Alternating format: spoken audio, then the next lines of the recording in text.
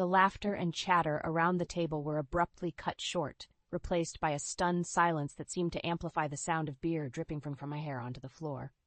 Tristan, my husband, stood opposite me, the empty beer can still in his hand, a smug grin fading from his face as he realized the gravity of what he'd just done. "Meredith, I swear, it was just a joke." Tristan tried to defend himself, but the stern look on his father, Douglas's face, suggested this was no laughing matter. "A joke?" I echoed, my voice steady but seething with anger. "Is this what our marriage has come to? Your idea of fun?" "Eliza, calm down," Meredith interjected, her tone dismissive, as if soaking your wife in beer was a trivial matter. "Boys will be boys." "That's enough!" Douglas's voice boomed, slicing through the tension like a knife. "Tristan, apologize to Eliza, now." Tristan's jaw clenched, and for a moment, I saw a flash of the man I thought I married, a man capable of respect, of love. But it vanished as quickly as it appeared, replaced by a scowl directed not at me, but at his father. "I'm sorry, Eliza," he mumbled, the words empty, devoid of sincerity. The room fell into an uneasy silence, the incident laying bare the fractures within our family. Once, I had been a confident, independent woman, but now, living under Meredith and Douglas's roof, I felt like a shadow of my former self, trapped in a cycle of disrespect and enabling behavior. As the evening wore on, the incident with Tristan was glossed over, but the damage lingered, a stark reminder of the growing gulf between us. It wasn't just about the beer or the humiliation. It was about respect, about partnership. And as I lay in bed that night, beside a man who felt more like a stranger with each passing day, I wondered how we had gotten here, how I had allowed myself to become so lost. Douglas's reprimand of Tristan was a small spark in the darkness, a sign that not all was lost, that perhaps there was still hope for change. But as I drifted off to sleep, the laughter and mockery echoing in my mind, I realized that hope was a fragile thing, easily extinguished by the harsh reality of our lives. The next morning, I awoke to the sound of Douglas and Meredith arguing in hushed tones in the kitchen. "He needs to grow up, Meredith. We can't keep coddling him." Douglas insisted. "He's our son, Douglas." "He's just going through a rough patch," Meredith countered, her voice laced with the same denial that had enabled Tristan's behavior for years. Listening to them, I felt a surge of determination. This was not the life I had envisioned for myself, not the partnership I had signed up for. It was time to make a change, to find my way back to the strong, independent woman I once was. But as I stood at the crossroads of my life, the path forward uncertain, I knew it would not be easy. The bonds of family, of marriage, were not easily broken, and the journey ahead promised to be fraught with challenges. Yet, in that moment, as I resolved to reclaim my life, I felt a spark of hope ignite within me, a spark that would, in time, become a blazing fire. The morning after the beer incident was like waking up to the aftermath of a storm. The house was silent, a stark contrast to the usual hum of activity. As I made my way to the kitchen, the memory of last night's humiliation clung to me like a second skin. But today, I refused to let it define me. I found Meredith at the stove, her back turned to me, the air around her thick with the scent of brewing coffee. "Good morning," I said, my voice stronger than I felt. Without turning, Meredith replied, "Coffee's almost ready." Her tone was neutral, as if last night had never happened. I poured myself a cup, the silence between us stretching uncomfortably. It was then Tristan walked in, his eyes barely meeting mine as he mumbled a good morning. The tension was palpable, a silent battle of wills taking place in the heart of our home. I wanted to scream, to shout, to make them see how their actions were tearing us apart. But I knew it would only fall on deaf ears. "Eliza, about last night," Tristan began, his voice trailing off as he searched for the right words. I cut him off, my patience worn thin. "Save it, Tristan. Your apologies mean nothing if your actions don't change." Meredith finally turned, her gaze sharp. "Eliza, don't talk to your husband that way. He's trying to apologize." Her words stung, a painful reminder of the chasm between us. "An apology doesn't undo the disrespect, Meredith. Or do you think it's acceptable for a husband to treat his wife like that?" Meredith's lips tightened into a thin line, her silence speaking volumes. The conversation was cut short by Douglas's entrance. His disapproving glance at Tristan was a small comfort, a sign that not everyone was blind to the injustices unfolding within these walls. Breakfast passed in silence, each of us lost in our own thoughts. It was a silence that screamed of broken bonds and unspoken resentments. The rest of the day passed in a blur of chores and strained interactions. It was during these moments of solitude that I allowed myself to reflect on my journey to this point. Once I had been full of dreams and ambitions, a young girl with the world at her feet. But somewhere along the way, I had lost myself in the role of the dutiful wife, my dreams sidelined by the needs of others. It was in these moments of reflection that the seeds of resentment began to grow, watered by the constant belittlement and disregard from Tristan and Meredith. Their words, meant to cut deep, only fueled my resolve to reclaim my independence, to prove that I was more than just an extension of their expectations. The day ended as it had begun, with a heavy silence hanging over the house. As I lay in bed next to Tristan, the distance between us felt insurmountable. I realized that the man lying next to me was a stranger, his once endearing quirks now sources of endless frustration. It was clear that something had to change. I could no longer continue living in the shadow of the person I used to be. The humiliation and disrespect had reached a boiling point, and I knew that if I didn't take action, I would be consumed by the bitterness that threatened to overwhelm me. As the night gave way to the early hours of the morning, a plan began to form in my mind. A plan to break free from the chains of this toxic environment, to take back control of my life. It was a daunting task, one that would require all the strength and determination I could muster. But as I drifted off to sleep, I knew it was the only way forward.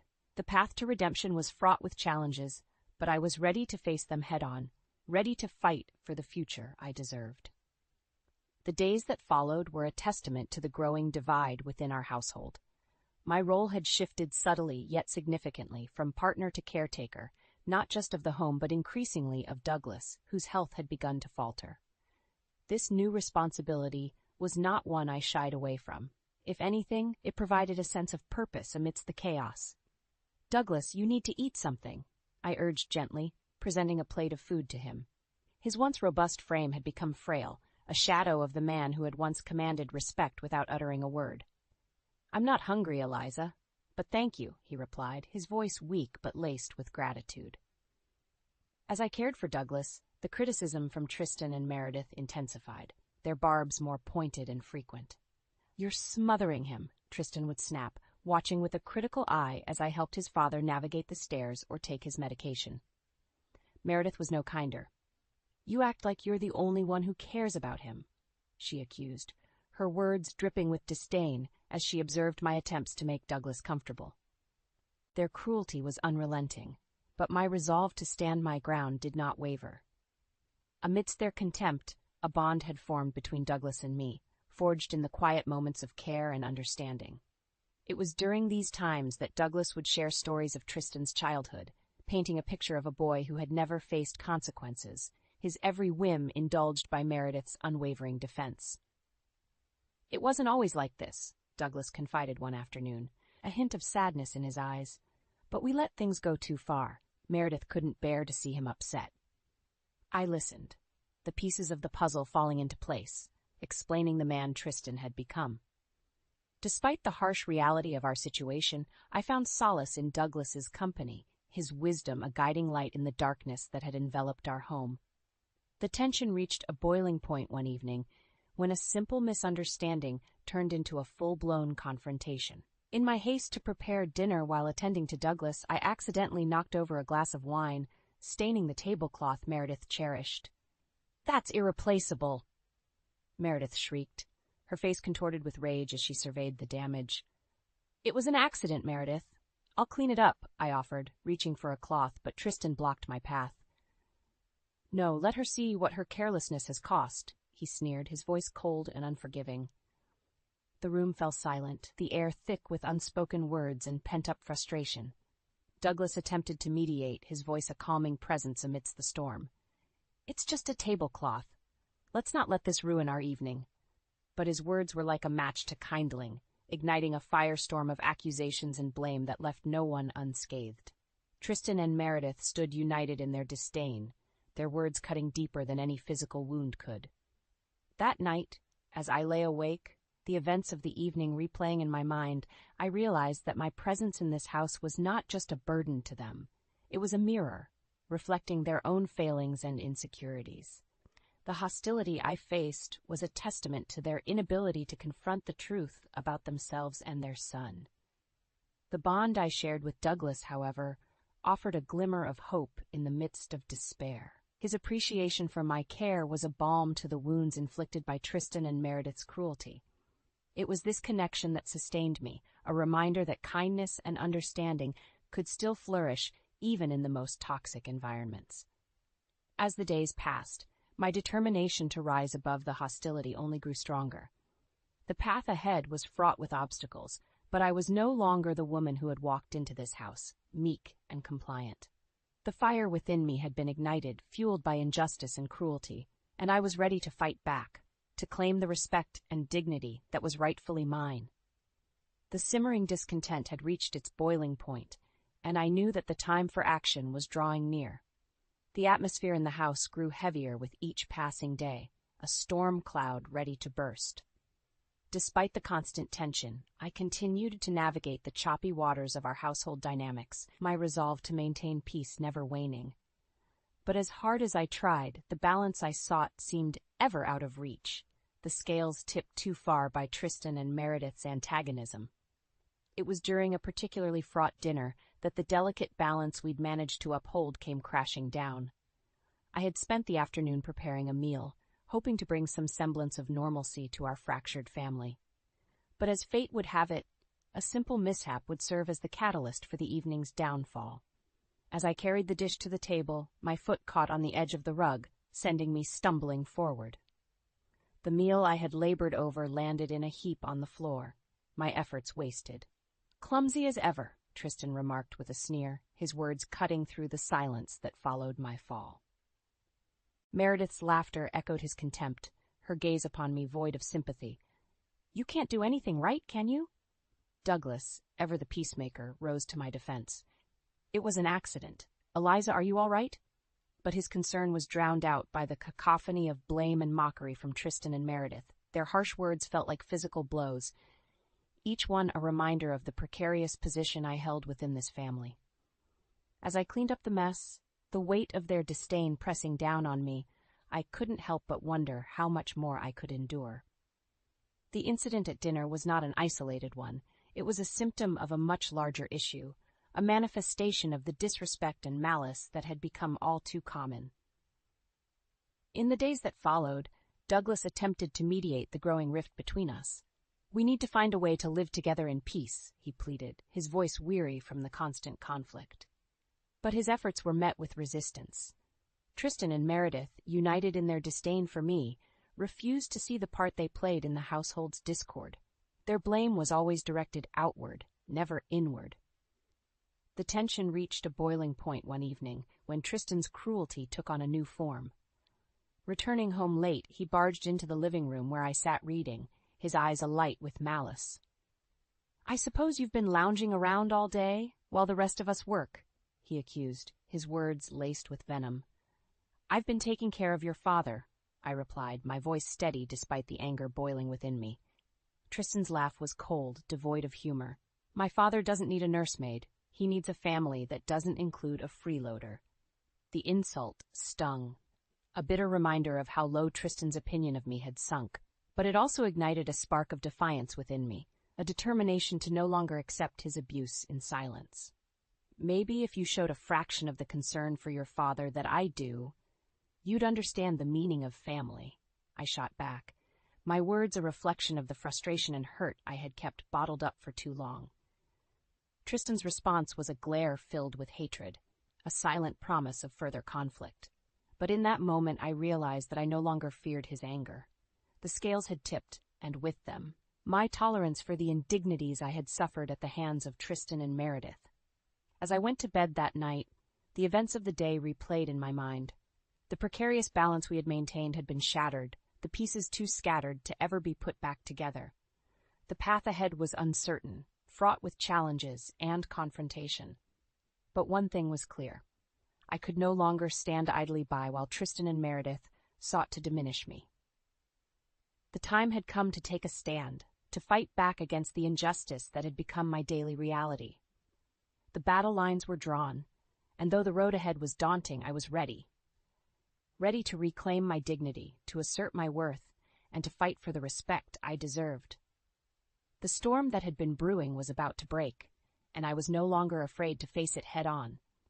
The days melded into one another, each bringing its own set of challenges and confrontations. But nothing could have prepared me for the events that would ultimately serve as the catalyst for my transformation. It began like any other day, with the morning light creeping through the curtains and the house stirring to life, but the air was charged with a tension that hinted at the storm on the horizon. Breakfast was a silent affair, the clinking of cutlery against plates, the only sound breaking the uneasy quiet. Tristan and Meredith exchanged glances, their silent communication a language I had grown all too familiar with. Douglas, sensing the brewing storm, cast me a worried look, his concern a balm to my frayed nerves. It was not until later that morning that the dam finally broke. Tristan, emboldened by whatever grievance he had concocted in his mind, launched into an unprovoked tirade against me. "This is all your fault," he bellowed, his finger pointed accusingly in my direction. "You've turned my own parents against me." His words were absurd, a distortion of reality that bore no truth, but they were spoken with a conviction that belied their falsehood. "I've done nothing but support you and your family," I countered, my voice firm despite the shaking of my hands. "Support? You call this support?" Tristan's laugh was bitter, filled with contempt. "You've done nothing but bring discord into this house."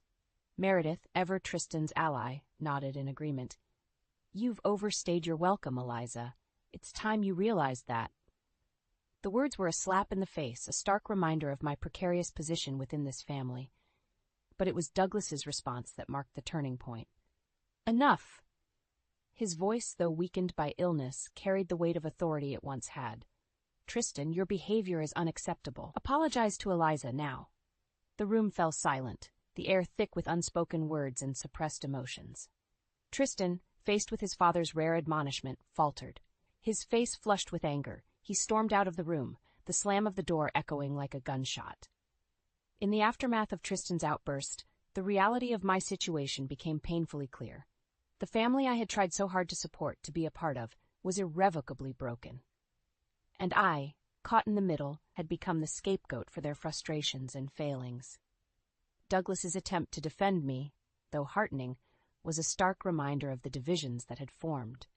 His words, though intended to mend, only served to widen the chasm between us. As I retreated to the sanctuary of my room, the events of the morning replaying in my mind, a resolve began to take shape. The humiliation and disrespect I had endured could no longer be brushed aside. It was time to take a stand, to fight back against the injustice that had become a constant in my life. The decision to leave, to extricate myself from this toxic environment, was not made lightly. But as I packed my belongings, each item a reminder of the life I had hoped to build here, I knew it was the only way forward. The confrontation with Tristan, the culmination of years of tension and resentment, was the last straw. It had shattered any illusions of reconciliation, of finding a place within this family. My path, once entwined with theirs, had diverged, leading me away from the pain and toward a future of my own making. As I closed the door behind me, the weight of my decision pressing down on me, I felt not sorrow, but a sense of liberation. The journey ahead would be fraught with challenges, but for the first time in a long time, I felt ready to face them. Ready to reclaim my independence, to forge a new path based on respect and dignity. The chapter of my life entangled with Tristan and his family had come to a close, but as I stepped into the unknown, I did so with a newfound strength and determination. The battle may have been lost, but the war was far from over, and I, Eliza, was ready to fight for the life I deserved. The night air was cool against my skin as I walked away from the house that had been my prison for too long. The darkness seemed less daunting than the life I was leaving behind. My steps were uncertain, yet driven by a force stronger than fear, the desire for freedom and a fresh start. As I navigated the quiet streets, my phone vibrated in my pocket, pulling me back to the reality I was trying to escape. It was a message from a number I didn't recognize, but the content left no room for doubt about the sender. Running away won't solve your problems, Eliza. You'll regret this. Tristan's words, even in text form, dripped with venom and the promise of retaliation. I quickened my pace, the threat igniting a spark of defiance within me. Tristan's attempts to intimidate me, to drag me back into the mire of his making, would not sway my resolve. I was done being a victim of his cruelty. The following day, the repercussions of my departure became apparent. News of Tristan's latest escapade, a drunken brawl at a local bar, spread through our small community like wildfire. The incident, which ended with his arrest, was the talk of the town, a public humiliation that laid bare the depths of his recklessness. I learned of the incident through hushed conversations at the cafe where I sought refuge, the whispers of the patrons a mixture of pity and schadenfreude. "Did you hear about Tristan? Completely lost it last night. They had to call the police," one woman said, her voice laced with a mix of shock and morbid fascination. The news, while shocking, was not surprising. Tristan's self-destructive behavior was a path he had chosen long ago, each act of defiance against decency and responsibility leading him inevitably to this point. But it was Douglas's reaction, conveyed to me through a brief, heart-wrenching phone call, that struck the deepest chord. "Eliza, I'm sorry. I never wanted it to come to this," he said, his voice a reflection of his shattered hopes for his son. The conversation was brief, the pain and disappointment palpable even through the phone line. Douglas's acknowledgement of Tristan's failings and his apology to me was a bittersweet vindication of my decision to leave. The fallout from Tristan's actions was swift and severe. His arrest and the subsequent legal troubles served as a form of instant karma, a reckoning for years of unchecked behavior. But while part of me felt vindicated, another part ached for Douglas, who bore the brunt of his son's disgrace. In the days that followed, my resolve to start anew was tested. The temptation to return, to offer support to Douglas in his time of need, was a constant battle. But I knew that going back would mean surrendering the hard-won ground I had gained in my fight for independence. As I struggled with my conscience, a chance encounter provided the clarity I needed. A former colleague, unaware of my personal turmoil, reached out with an opportunity that promised not just a new career, but a fresh start in a new city. The offer was a lifeline, a chance to escape the shadows of the past and build a future on my own terms. It was the sign I had been waiting for, the confirmation that my decision to leave was not just right, but necessary. With a heart heavy with mixed emotions, but a spirit buoyed by the prospect of a new beginning, I made my choice. The path ahead was fraught with uncertainty, but it was mine to walk, free from the chains of a toxic marriage and the specter of Tristan's downfall.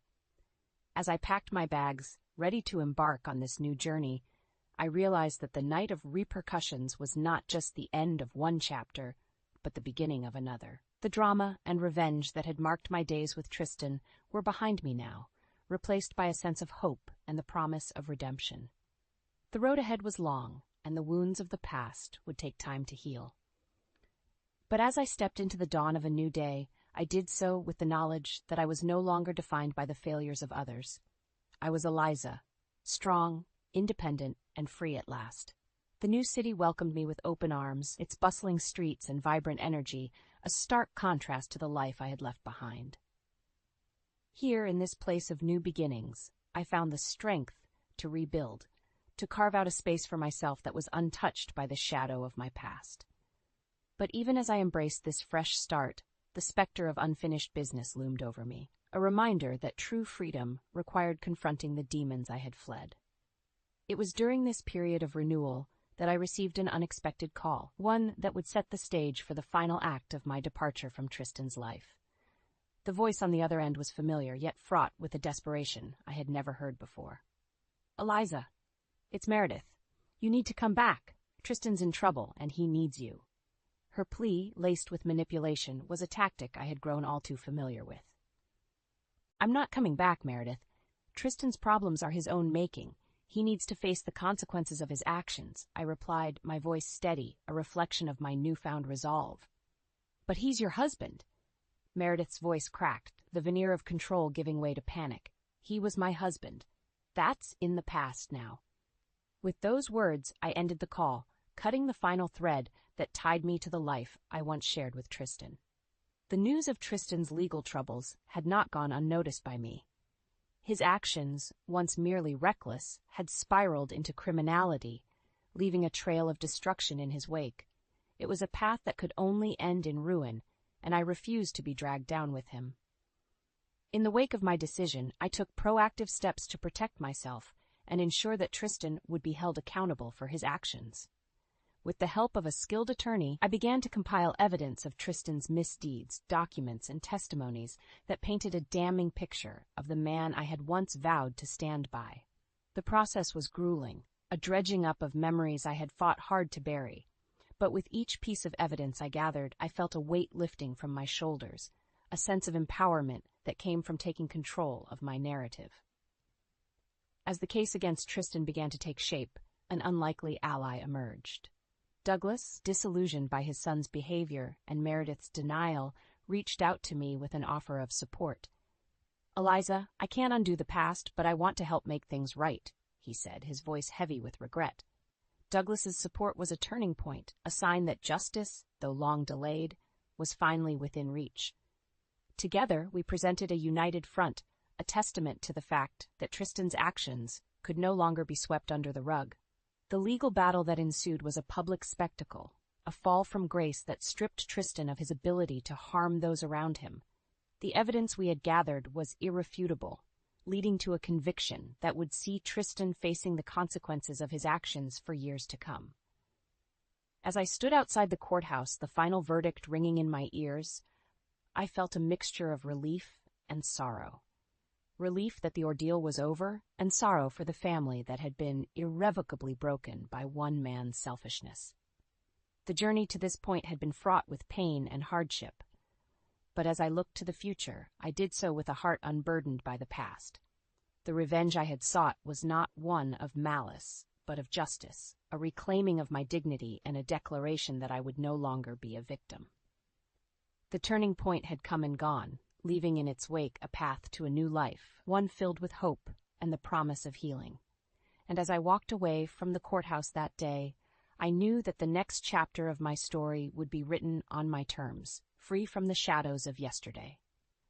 The courtroom's heavy doors closed behind me with a finality that echoed through my very core. The legal battle was over, and with it, a chapter of my life that had been marked by struggle and pain. The city around me bustled with life, indifferent to the monumental shift that had just occurred within those courtroom walls. Yet, for me, the world seemed different now, colored by the promise of new beginnings and the sweet, hard-won taste of freedom. In the days that followed, I found myself walking the streets of my new city with a lighter step, each day unwrapping itself like a gift. The job that had once seemed like a mere escape now flourished into a promising career, my efforts acknowledged and my talents nurtured. It was in this environment of support and respect that I rediscovered my passion and purpose, the dark cloud of my past slowly receding into the background. But it wasn't just my professional life that had undergone a transformation. The solitude that had once been my constant companion was gradually replaced by a network of friends and colleagues, relationships built on mutual respect and shared experiences. It was during one such gathering, a casual dinner with friends, that I met Alex. Alex's entrance into my life was unassuming, a slow burn that gradually evolved into something deep and meaningful. Our conversations flowed effortlessly, a dance of words and laughter that filled the spaces in my heart I hadn't realized were empty. With Alex, I found not just love, but a partnership built on trust, understanding, and an unwavering support that I had once thought impossible to find. As my relationship with Alex grew, so too did my sense of self. The insecurities and fears that had once held sway over me began to fade, replaced by a confidence and strength that I wore like a mantle. I was no longer the woman who had walked away from Tristan and his toxic influence. I was someone new, someone reborn from the ashes of my past. Yet, even as I embraced this new chapter, I couldn't help but reflect on the journey that had brought me here. The fight for justice against Tristan had been arduous, a battle that had tested my limits and forced me to confront the darkest parts of my soul. But it was a battle I had won, not just in the courtroom, but within myself. The karmic justice that had befallen Tristan was a distant memory, a chapter closed and locked away. Meredith's attempts to reach out, to bridge the chasm that had formed between us, were met with polite indifference. The family I had once longed to be a part of was now just a footnote in my story, a reminder of the trials I had overcome. As for Douglas, our relationship had evolved into one of mutual respect and understanding. His support during the trial had been a beacon of hope, a reminder that not all was lost in the wake of Tristan's destruction. We remained in contact, a tentative connection that served as a testament to our shared history and the resilience of the human spirit. The new dawn that had risen on the horizon of my life was bright with possibility, its light casting long shadows over the remnants of my past. I had emerged from the crucible of my experiences a stronger, more resilient person, ready to face whatever challenges lay ahead. And as I stood on the balcony of my new apartment, the city sprawling before me, I realized that this was not just a new chapter, but a whole new book waiting to be written. My story, once defined by drama and revenge, was now a tale of triumph and renewal, a narrative of my own making. With Alex by my side and a future unburdened by the past stretching out before us, I knew that anything was possible. The pain and turmoil that had once defined my existence were now just echoes, faint reminders of how far I had come. This was my new dawn, my chance to live a life defined not by what I had endured, but by what I had overcome. And as the sun dipped below the horizon, casting the sky in shades of pink and gold, I knew that I was finally home.